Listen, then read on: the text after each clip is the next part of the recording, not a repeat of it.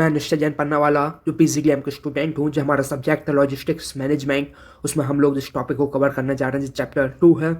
सबसे पहले हम डेफिनेशन देखेंगे लॉजिस्टिक स्ट्रैटेजी एंड प्लानिंग की, ब्रीफ में इसको एक्सप्लेन करूँगा और उसमें हम फिर उसके बाद इन टॉपिक्स को आज इस वीडियो में कवर करेंगे। Developing logistic strategy, demand forecasting and inventory planning, जो कि बहुत इंपॉर्टेंट टॉपिक है, facility location and network design, outsourcing and third party logistics, fourth party logistics and lead logistics provider, strategic logistic planning for e-commerce. आज हम इन topics में बात करेंगे। बिना देरी के चालू करते हैं। सबसे पहले हम देखते हैं what is logistic strategy. It's a plan business create make sure their logistics operation like transport, warehousing and inventory are efficient and cost effective aligned with their overall goal।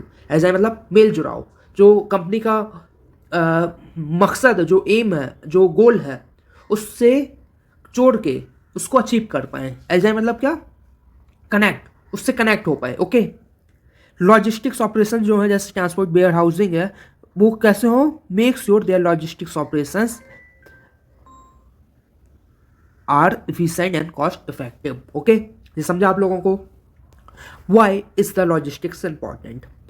Y मतलब जो logistic strategy of planning क्यों important है। सबसे पहले क्या है, reduce cost why optimizing operations. अगर logistic strategy of planning हम करके जाते हैं, जो ऑप्टिमाइज, जो आपकी ऑपरेशन जिसमें सब कुछ आ जाता है, वेयर हाउसिंग आ जाता है, ट्रांसपोर्टेशन आ जाता है, इन्वेंट्री आ जाता है, सप्लाई चेन से लेना कोई भी एक्टिविटी है, वो सब लॉजिस्टिक्स में कवर हो जाती है। उससे क्या होता है, मैक्सिमम यूटिलाइजेशन ऑफ रिसोर्स अपन कर पाते हैं।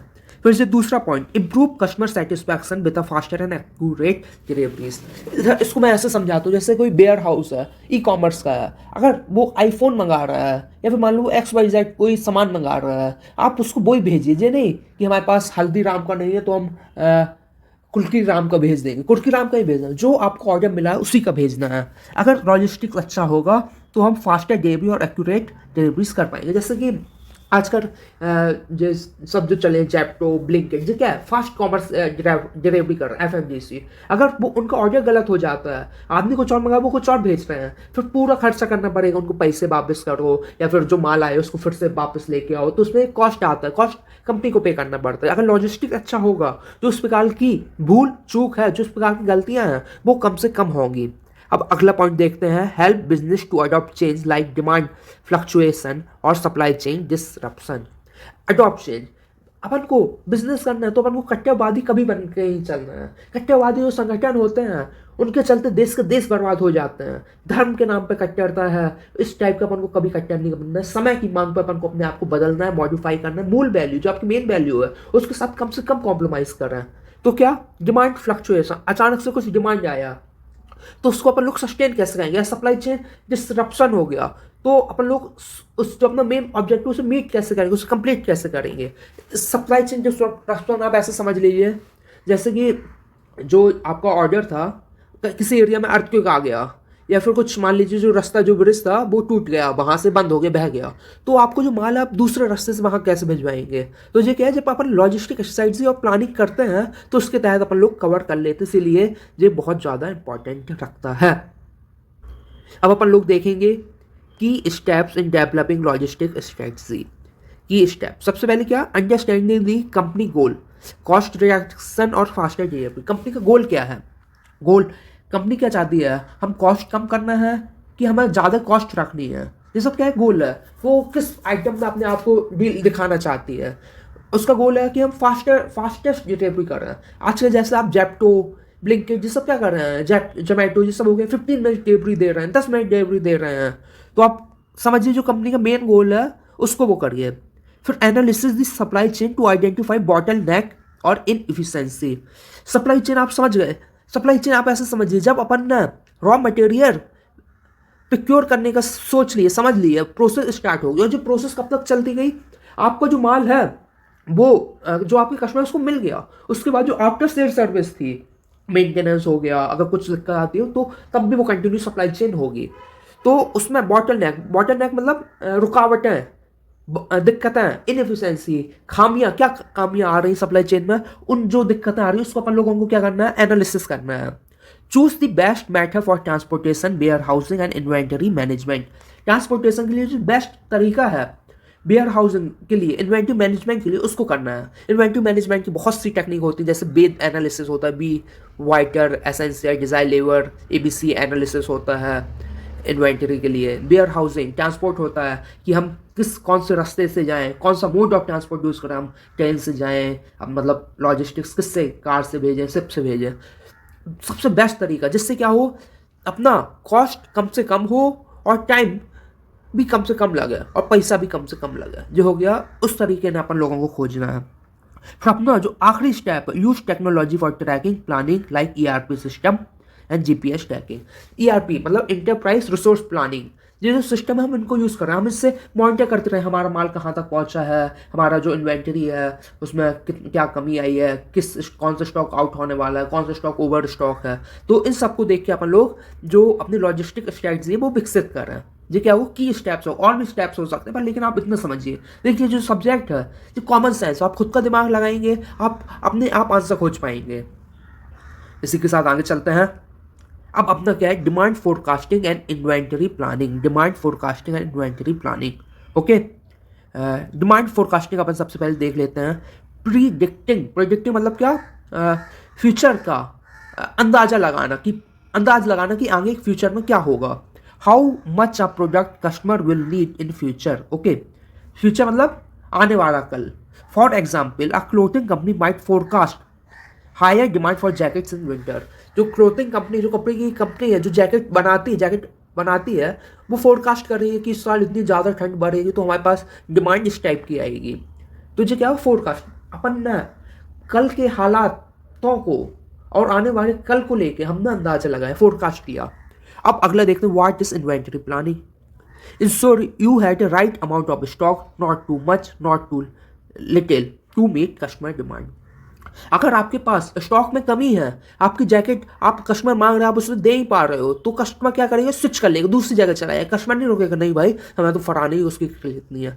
तो इसका सिंपल है, जो कस्टमर डिमांड कर रहे हैं उसको अपन मीट कर पाए। अगर आपके पास कम रहेगी तो ये भी अच्छी बात नहीं। अगर खूब ज़्यादा है, डिमांड से 10 की आपके पास, आपने 50 बना के भेज ली, तो क्या है, इन्वेंटरी को मैनेज करने के लिए एक कॉस्ट पे करना पड़ता है, एक रैंक पे करना पड़ता है। तो उससे अपन को कम से कम करना, not too much not too little. ये इन्वेंटरी प्लानिंग है। इन्वेंटरी जो ऐसी डिमांड है ऐसी सप्लाई है, इन दोनों को मिला के चलना इन्वेंटरी प्लानिंग है।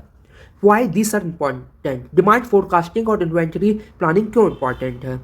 Prevent overstocking which tie up money and storage. Overstocking, 10 की डिमांड 50 बना के लगी, 40 आपके फालतू ने गोदाम में रखे हुए हैं, उनके लिए कॉस्ट देना पड़ रहा है, स्टोरेज करना पड़ रहा है, मेंटेनेंस देना पड़ रहा है, मनी एक्सपेंड कर रहे हैं। और अंडर स्टॉकिंग बताया, कस्टमर मांग रहा है, आपके पास माल ही नहीं है, आप कस्टमर दूसरी जगह से ले लेगा, इससे बिजनेस में नेगेटिव इम्पैक्ट होगा, आपकी सेल कम हो रही है। जो समय के साथ जो मांगाए उसको अपन को काम करना है। Help business to plan production and storage transportation efficiency.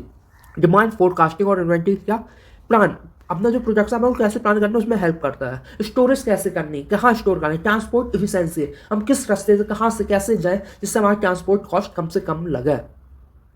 अब इधर पे आप देखिए, demand forecasting and inventory planning होता कैसे है। सबसे पहले यूज हिस्टोरिकल डेटा, जो पिछले सालों के डेटास हैं, कैसी सेल रही, 5-10 साल का अपन ने डेटा की स्टडी किया, एनालिसिस किया, फिर अपन ने मंगाया कि हाँ भाई इतनी होती, तो एवरेज निकाला, तो इस टाइप से अपन ने अंदाज लगा लिया कि इस साल डिमांड 20 यूनिट 25 यूनिट जैकेट की रहेगी। तो हिस्टोरिकल डेटा अलग अलग जगह से मिल जाते हैं, मैगजीन से मिल जाते हैं, गवर्नमेंट मैगजीन से मिल जाते हैं, पब्लिकेशन से मिल जाते हैं, जो कंपनी की बैलेंस शीट, इन सब की जब अपन स्टडीज करते हैं तो अपन लोग अंदाज लगा लेते हैं। Analysis the market trends and customer behaviour, customer का झुकाव किस तरह है, कस्टमर किस टाइप का मटेरियल आज का चलन में है, तो इस टाइप का मार्केट में क्या चलन आ रहा है, कौन से फैशनेबल, जेंजी को क्या पसंद है, ये सब क्या हो गया, market trends and customer behaviour.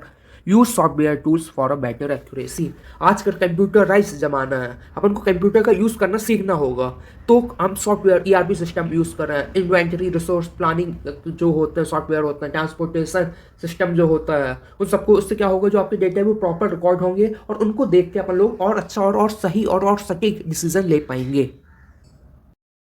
उम्मीद करता हूँ कि जो आपको कुछ समझ आया होगा। अब अपन आगे चलते हैं, जो काफ़ी ज़्यादा मज़ेदार टॉपिक होने वाला है। इस टॉपिक का नाम है facility location and network design. सबसे पहले व्हाट डज दिस मीन, इसका मीनिंग अपन लोग देख लेते हैं। deciding where to place a warehouse, factory, distribution center to minimize cost and deliver goods faster. तो क्या है फैसिलिटी लोकेशन, फैसिलिटी मतलब फैसिलिटी, फैकिलिटी, सॉरी क्या है वो फैकिलिटी।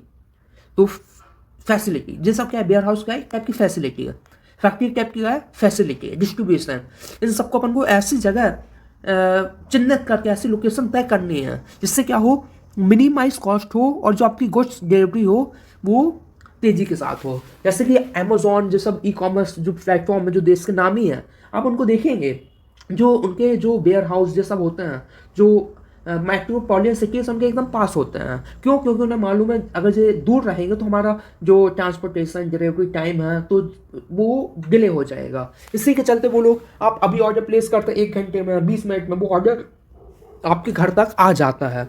तो ये किससे हो पाता है? क्योंकि जो उनकी फैसिलिटी लोकेशन और नेटवर्क डिज़ाइन वो एकदम सटीक है। आप भी जब उद्योग लगाएं कुछ भी लगाएं तो आपको क्या चिन्हित करना है? ऐसा नहीं भाई हमें पसंद आ रहा है नहीं हम तो इधर ही लगाएंगे, इस मानसिकता से काम नहीं करना है। अपन को देखना है जो मिनिमाइज कॉस्ट हो और जो आपकी कस्टमर जो डिलीवरी टाइम हो वो तेजी के साथ हो, ऐसा नहीं खूब लंबा समय लग रहा है। वाई डस लोकेशन मैटर, लोकेशन क्यों इंपॉर्टेंट रखती है? तो इसको आप देखिए, a poorly placed warehouse can lead a higher transportation cost and delay in deliveries। अब ऐसे देखिए जैसे कि इधर पर मैं एक ड्राइंग करके आपको बताता हूँ। जैसे कि जो मान लीजिए मुंबई है, ओके, क्या है मुंबई, मुंबई ओके, और आपका जो इधर पर मान लीजिए कोई XY प्लेस है, ओके। अब इसकी जो डिस्टेंस है यही है 150 किलोमीटर, कितना 150 किलोमीटर आपने इधर पर रख लिया, पर लेकिन जो 150 ट्रैवलिंग करने के लिए टाइम लगेगा और जो आपका वो था क्या कहते हैं जो प्रोडक्शन जहाँ प्रोडक्शन हो रहा है वो वेयर हाउस है वो था कितना सिर्फ 50 किलोमीटर्स। तो अपन को क्या है जो अपना अगला वो हो स्टोरेज हो वो इसके बीच में हो ना कि इधर हो, समझा? तो इसीलिए अपन को जो लोकेशन बहुत मैटर लगती है। अगर खूब ज़्यादा है तो अपन को हायर ट्रांसपोर्टेशन कॉस्ट देना पड़ेगा, ओके। और आपकी जो डिलीवरी है उसमें लेट हो जाएगा। क्यों? क्योंकि आपकी लोकेशन गलत जगह है, ओके। अब well placed facility ensure quicker access to supplier और कस्टमर। अगर जो आपके जो फैसिलिटी आपका जो प्रोडक्शन यूनिट है जहाँ पर है उससे क्या होगा, जो सप्लाई जो आपको रॉ मटेरियल भेज रहा है वो आपको टाइम पर भेज पाएगा और आसानी से मिल पाएगा, और जो कस्टमर जो आपके एंड यूजर्स उस प्रोडक्ट के वो भी उससे कंज्यूम आराम से कर पाएंगे, समझा? इधर पर अपन देखते हैं network design, planning how different facilities like warehouse factory distribution hub are connected. तो नेटवर्क डिजाइन क्या होता है, जो आपके वेयर हाउसिंग फैक्ट्रीज और डिस्ट्रीब्यूशन हब है वो आपस में एक दूसरे से कितने आसानी से कनेक्ट हैं, खूब ज़्यादा ऊट पटांग तो नहीं है। A good network reduce cost and improve efficiency. अगर ये प्रॉपर उससे होंगे सीक्वेंस से होंगे तो आपका क्या है जो कॉस्ट होगा वो कम से कम लगेगा और इम्प्रूव एफिशिएंसी आएगा। जब भी अपन को नेटवर्क डिज़ाइन करनी है तो अपन को कौन कौन से फैक्टर लेके चलने हैं? प्रॉक्सिमिटी मतलब निकटता, मतलब पास, कितने पास है। तो अपन को देखना है जो कस्टमर और सप्लायर है वो पास हो। ऐसा ना हो कि सप्लायर आपको उस कोने में बैठे आप इधर बैठो, तो कम से कम डिस्टेंस में होगा तो आपको फायदा मिलेगा। जो कस्टमर है जिसका एंड यूजर जो आपको कॉस्ट मतलब पे करेगा जिसकी वजह से आपको कुछ रेवेन्यू आएगा, बाकी सप्लाई से आप लेंगे आप उल्टा उसे पे कर रहे हैं, तो आपको जो कस्टमर है उसकी लोकेशन एकदम सही सटीक हो। जैसे मेट्रोपॉलिटन सिटीज़ है तो अपन को देखना है कि जो कस्टमर उसे टाइम से और एकदम सही ऑर्डर उससे मिल जाए। जब भी अपन को नेटवर्क डिज़ाइनिंग करनी है मतलब अपन को सेट करना है तो अपन को क्या देखना है, वहाँ पर अच्छी रोड्स हैं कि नहीं, वहाँ पोर्ट्स की कितनी दूरी है, रेलवे की कनेक्टिविटी है कि नहीं, तो इन सबको फैक्टर्स को अपन देखना है।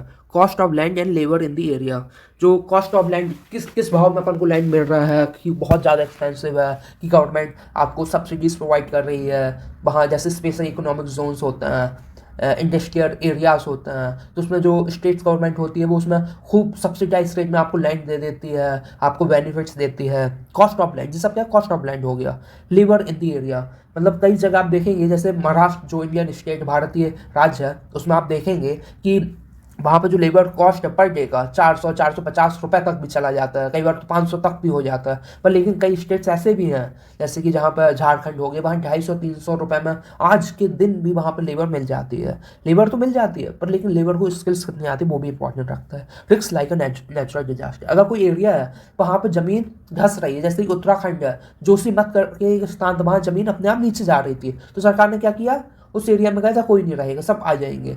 तो क्या है, वो नेचुरल डिजास्टर एरिया है। तो अपन को देखना, जहाँ अपन लोग अपनी जो फैसिलिटी जहाँ पर सेटअप करने जा रहे हैं, वहाँ किस टाइप का एरिया, ऐसा तो नहीं वहाँ खूब ज़्यादा अर्थक्वेक आता है, खूब तेज़ हवाएं चलती हैं, या वो खूब ज़्यादा सुनामी आ जाती है। तो इन सब फैक्टर को देख के भी अपन को अपनी नेटवर्क डिज़ाइन और फैसिलिटी लोकेशन तय करनी है।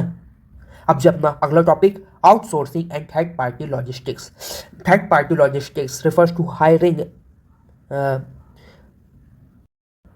जो थर्ड पार्टी लॉजिस्टिक्स होता है, refers to hiring a external company to handle logistics operations like transport, warehousing, inventory management. जैसे थर्ड पार्टी, जैसे कि बायर और जो सप्लायर है, ये क्या हो गया, फर्स्ट सेकंड पार्टीज हो गए। अब तीसरी पार्टीज को अपन लोग दे देते हैं, जैसे कि अपन ने माल बना लिया, अपन ने क्या किया, जो उसकी स्टोरेज और इन्वेंट्री मैनेजमेंट ने तीसरी पार्टी को दे दिया। तो अपन ने क्या किया, अपन को माल इस मतलब कि प्रोडक्शन होकर तैयार हो गया, अपन को अब अपने जो डिस्ट्रीब्यूशन के लिए सिटी भेजना है, तो अपन ने थर्ड पार्टी को ठेका दे दिया, टेंडर दे दिया कि आप भेजेंगे, जो हो गया थर्ड पार्टी लॉजिस्टिक्स। आपको समझ आया? चलिए एक और एग्जांपल ऐसे मैं एग्जांपल देकर करता हूँ। जैसे कि एक कोई कंपनी है, मान लीजिए राम मोहन कंपनी है, जो क्या है, सप्लायर, कच्चा माल अपन को भेजता है, और एक है निश्चय जैन पन्ना वाला मैन्युफैक्चरिंग यूनिट। अब उसे रॉ मटेरियल चाहिए था, किससे, सप्लायर से। तो इसने क्या किया भाई, सप्लाई का नहीं नहीं हम तो इधर ही तक आपको दे पाएंगे, नहीं दे पाएंगे। तो हम लोगों ने क्या किया, हमने तीसरी पार्टी को ठेका दे दिया, वो हमें माल ला के दे देगा। हमने क्यों दिया, क्योंकि हमने आउटसोर्स कर दिया, जो हमारा कोर एक्टिविटी, जो हमारा प्रोडक्शन है, हम उसमें ध्यान दे पाएंगे। अगर हम दूसरे इन सबको ध्यान देने लगेंगे, उसमें टाइम लगता है, जो हो गया third party logistics. Why outsource, outsource क्यों करते हैं, आउटसोर्स का, थर्ड पार्टी लॉजिस्टिक्स का एक टाइप की आउटसोर्स है। Save time resource allowing company to focus in core activities, जो कंपनी की कोर एक्टिविटीज़ है उसमें फोकस करने के लिए कंपनी को टाइम मिलता है।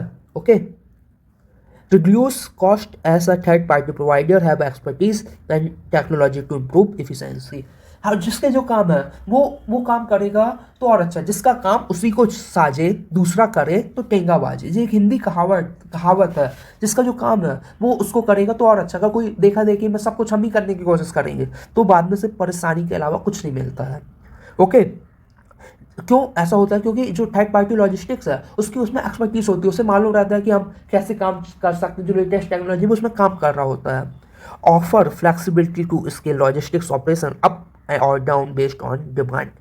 Okay, example, a company hire a delivery service to handle shipping instead of managing own fleet of trucks. इसने क्या किया, कंपनी ने एक उसको ठेका दे दिया कंपनी को शिपिंग का, और इससे क्या होगा, जो कंपनी अपनी मेन एक्टिविटी है उसमें फोकस कर पाएगी। अब अपन लोग अगले टॉपिक में जाते हैं, fourth party logistics and lead logistics provider. Fourth party logistics क्या होता है, जे fourth party logistics step beyond the third party of logistics. A fourth party logistics provide not only handle logistics but also manage oversee the entire supply chain. ये A to Z जितना काम होता है पूरा उसका ठेका ले लेते हैं, हर चीज़। और जो क्या होता है, जो थर्ड पार्टीज होते हैं, जो एक टाइप के कंसल्टेंट होते हैं, वो थर्ड पार्टी के थ्रू काम करवाते हैं।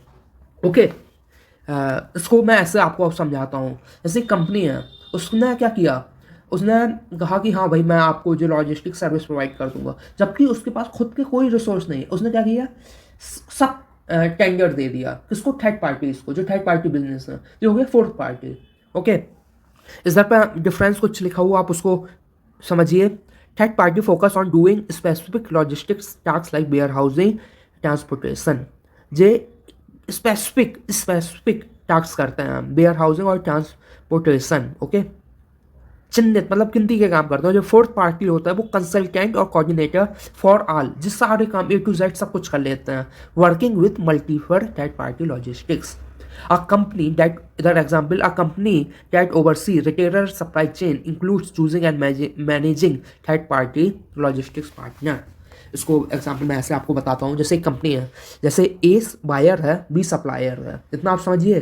तो उसने क्या किया, अब जो माल है वो कहाँ पर को भेजना है, किसी सिटी में भेजना है। तो इसने जो अपना सप्लायर था और जो एक अपना मैन्युफैक्चरिंग जो प्रोडक्शन कर रहा था उसको भी सर्विस प्रोवाइड किया। फिर उसके बाद जब प्रोडक्शन हो गया उसके बाद कस्टमर को भी भेजाया, इन्वेंटरी जो अपने वेयर हाउस थे वो भी मैनेज किया। पर लेकिन इसका कुछ नहीं था, इसने अलग अलग पार्टीज का यूज़ किया। जो हो गया फोर्थ पार्टी लॉजिस्टिक्स। उम्मीद करता हूँ कुछ समझ आ रहा होगा। जो आज का हमारा अंतिम टॉपिक है, strategic logistic planning for e commerce. Why logistics important for the e commerce. Okay, जो e commerce business rely heavily काय में e-commerce business rely heavily on the efficient logistics to deliver product quickly and accurately, which directly affect the customer satisfaction। जो e-commerce होता है वो उसका क्या मतलब यूनिक क्या है, वो एकदम क्विक, जो यहाँ से कस्टमर ने मंगाया उसको माल भेज दिया, डिलीवरी, और एकदम सटीक एक्यूरेट। ये ई कॉमर्स को अलग बनाता है। जो ये संभव क्यों हो पाता है, क्योंकि उनका जो लॉजिस्टिक्स मैनेजमेंट है वो काफ़ी शानदार है। क्योंकि उनको मालूम है अगर जो मेट्रोपॉलिटन सिटीज़ हैं, मुंबई, बेंगलोर, पुणे, ये सब जो सिटीज़ हैं, हमें अपने वेयर हाउस एकदम पास में सेटअप करना है। जैसे ऑर्डर आए हम ऑर्डर फुलफिल कर पाएँ। तो वेयर हाउस इन सबको देख के वो लोग सफल होते हैं। ई कॉमर्स इतना ज़्यादा सफल हो पाता है। की consideration for e commerce logistics. जब भी अपन ई कॉमर्स लॉजिस्टिक्स में जाएं अपन को किस किस में विशेष ध्यान रखना है। सबसे पहले क्या, inventory logistics, order fulfilment, last mile delivery, return management. Inventory management, जो आपका स्टॉक है वो अगर तैयार रहेगा तो वो आप फास्ट डिलीवरी कर पाएंगे। जैसे कस्टमर ने ऑर्डर प्लेस किया अपन उसको माल भेज पाएंगे।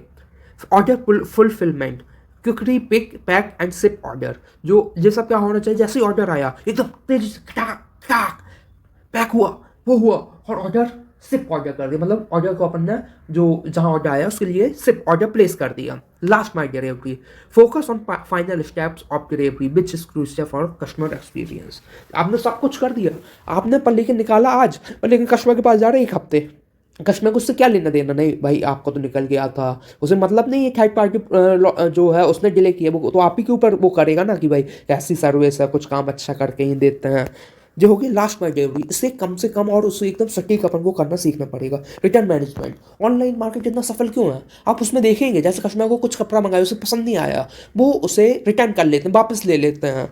तो अगर जो रिटर्न प्रोसेस से easy and efficient for a customer, वो आसान होना चाहिए। खूब ज़्यादा आप उसे मुश्किल बना देंगे तो आगे चल के वो आपको दिक्कत ही बनेगी। कस्टमर कहेगा यार इससे अच्छा तो उस वाली दुकान से ले लेता, कम से कम पसंद नहीं आया वो वापस तो ले लेते, बात तो सुन लेते हैं, अगर ख़राब निकल गया। तो इस सब में भी अपन को ध्यान देना है। अब इसको देख लीजिए, जो ई कॉमर्स है टेक्नोलॉजी क्या क्या रोल प्ले करता है वहाँ पर। देखिए, use automation for order processing, track deliveries and real time using GPS. जो आप देख पाते होंगे कि आपका ऑर्डर कहाँ पहुँचा है, कितनी देर में आ जाएगा। क्यों, क्योंकि जीपीएस ये टेक्नोलॉजी प्ले करता है, जो देख पाते हैं कि हमारा ऑर्डर कहाँ फंसा हुआ है, क्या दिक्कत आ रही है। Utilize warehouse robots and faster order picking. Warehouse में रोबोट्स इन सब का यूज़ होता है। क्यों, क्योंकि आपका माल सही आराम से पिक हो जाए, पैक हो जाए। तो ये टेक्नोलॉजी बहुत इंपॉर्टेंट रोल प्ले करता है ई कॉमर्स इंडस्ट्री में। उम्मीद करता हूँ आपको जो बताना चाहता था वो ख़त्म हो गया होगा और आपकी लाइफ अच्छी चले, ऐसे में मंगल कामना करता हूँ। चलिए बोलिए मेरे साथ, भारत माता की जय, भारत माता की जय, भारत माता की जय। हम जीतेंगे, हम जीतेंगे, हम जीतेंगे, मन में है विश्वास, हम होंगे कामयाब एक दिन। चलिए अर्पिता, अगला टॉपिक हमारा रहेगा ट्रांसपोर्ट मैनेजमेंट। जय हिंद, जय हिंद।